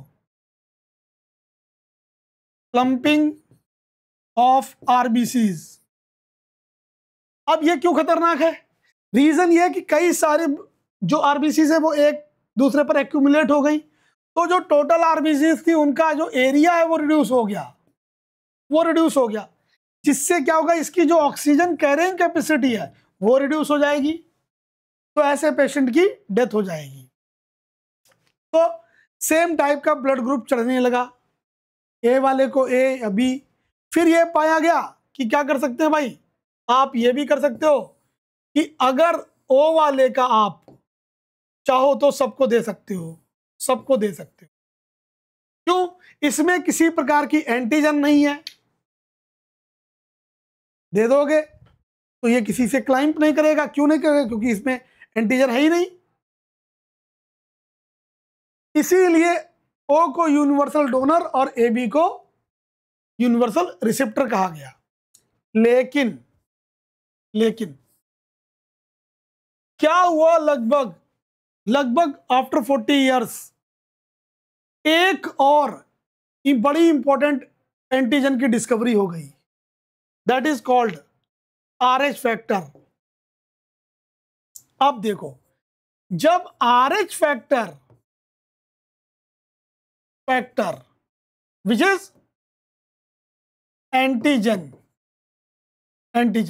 है ना, ये it was discovered by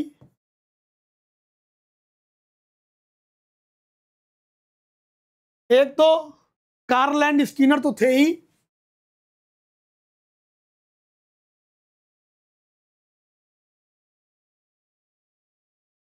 and Wiener इन 1940 इन्होंने एक और एंटीजन की डिस्कवरी कर ली, और जो एक बंदर था जिसको रीसस मंकी कहते हैं,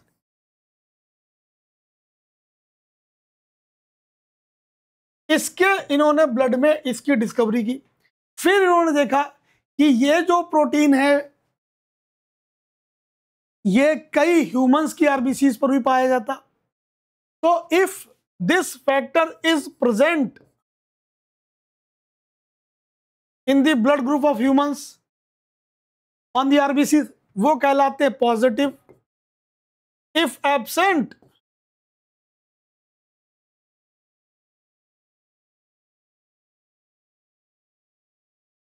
तो वो कहलाते हैं निगेटिव। और यही रीजन फिर हो गया, अब आपका ब्लड ग्रुप सिर्फ ओ नहीं होता है, ए बी नहीं होता, ए नहीं होता है, ए बी पॉजिटिव और ए बी निगेटिव। क्लियर हो गई बात?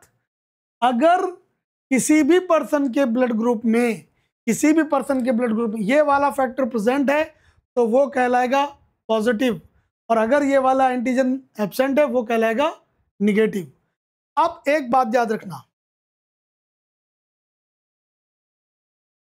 ओ निगेटिव जो है ना, याद रखिए, ओ नहीं, सिर्फ O negative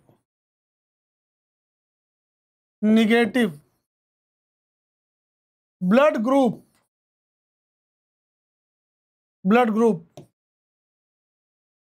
is called universal donor.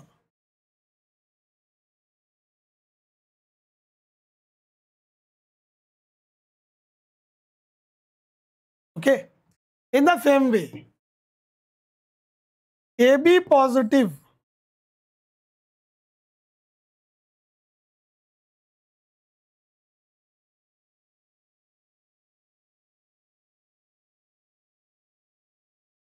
is called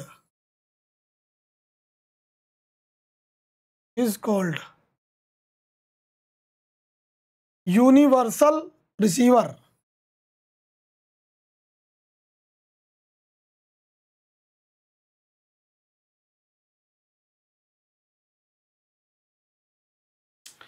क्या इतनी बात समझ में आई आपको?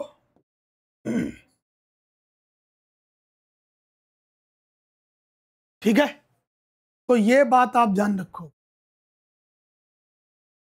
एक डिजीज का नाम मैं बोल रहा हूं, it is called leukaemia. It is a WBC's disorder, ये याद रखिए। एक डिजीज मैंने क्या बोली? ल्यूकेमिया। एक डिजीज बोल रहा हूं मैं आपको, सिकल सेल एनीमिया।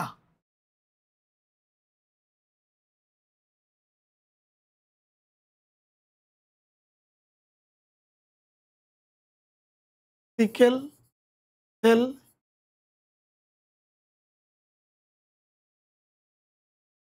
एनीमिया, तो इसको लिखिएगा, इट इज अ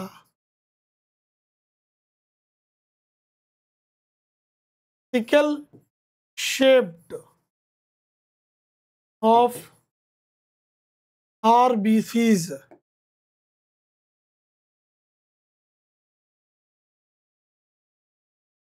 और ये भी डिसऑर्डर है क्योंकि इसमें क्या हो गया, जो आरबीसीज हो गई वो सिकल शेप्ड हो गई।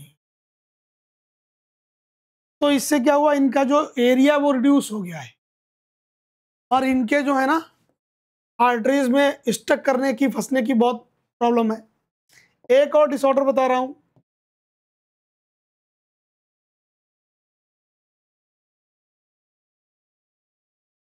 जो हमारी हार्ट की वे ब्लड वेसल्स जो हार्ट को ही ब्लड पंप सप्लाई करती हैं, उनको बोलते कोरोनरी आर्टरीज। Coronary arteries. अब ये जो कोरोनरी आर्टरीज है क्या है, पहले जानो। दे supply blood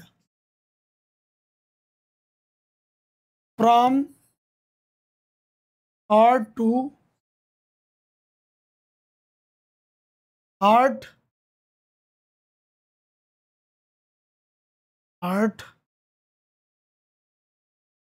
muscles. Okay, coronary arteries. अब एक डिजीज का नाम मैं लिख रहा हूं, एथेरोस्क्लेरोसिस. Very very important.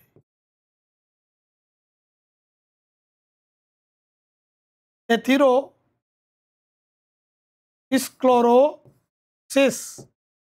ये क्या हो रही है? ये है डिपोजिशन ऑफ फैट.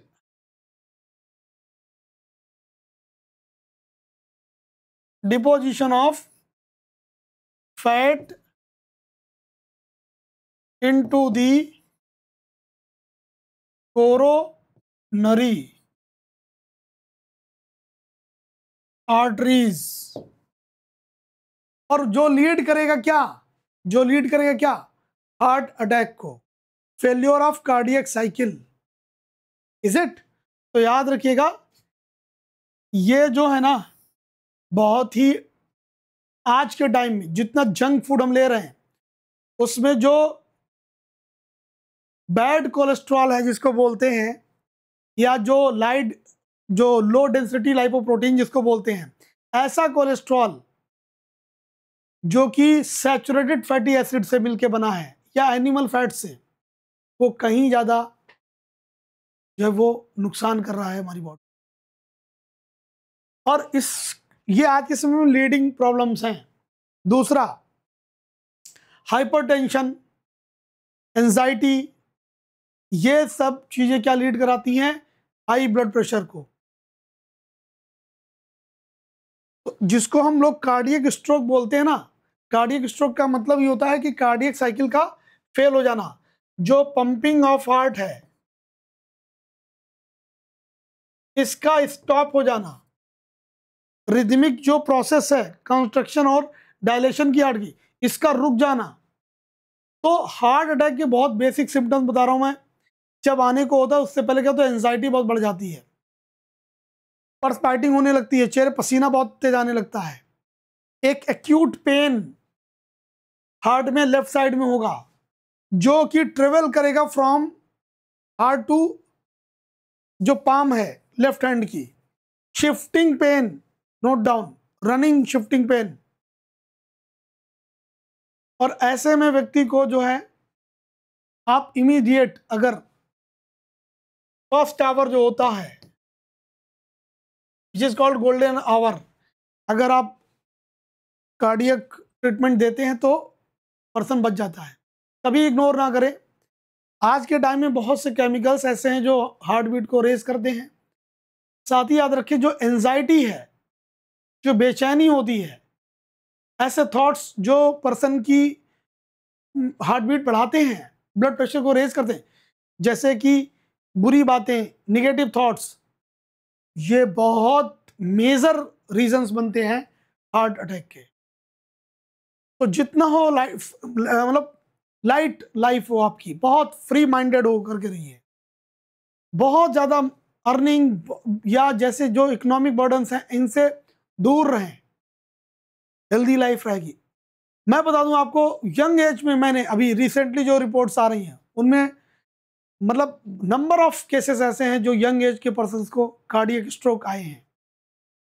बहुत थ्रेटनिंग, अलार्मिंग कंडीशन है. नहीं होता था ऐसा पहले, बट नाउ डेज हम देख रहे हैं ऐसा, क्योंकि लाइफ स्टाइल चेंज हुई हमारी, और उसमें ये सारी चीजें. उसमें सबसे ज्यादा जो मेजर रीजन बन रहा है वो है एंजाइटी. एंजाइटी ना करें, योग करें, प्राणायाम करें, मॉर्निंग वॉक करें, इवनिंग वॉक करें, और खूब हंसे, लोगों से मिक्सअप हों, ज्यादा एक्सपेक्टेशंस ना लाइफ में लाएं, कॉम्पिटिशंस मत लाइए लाइफ में, आप बहुत हेल्दी रहेंगे. देखिए, ये एक ऐसा ऑर्गन है ना हार्ट, ये काम करना बंद कर दिया तो बहुत प्रॉब्लम्स हो जाती हैं. मतलब रिकवर करना उतना आसान है नहीं. So please take care of your health. बहुत ज्यादा इन चीजों को अपने ऊपर हावी मत होने दीजिए, प्रॉब्लम्स को. लाइफ है, सिंपल वे में जी सकते हैं आप। लाइफ नहीं रहेगी तो फिर क्या जिएंगे आप, और आपके पीछे जो फैमिली है वो सफ़र करेगी। ये सोचो। मैं आपको बता दूं द बेस्ट वे, अपनी पोटेंशियल, अपनी क्षमताओं को तो बढ़ाएं, बट इकोनॉमिक बर्डन अपने ऊपर ना लें।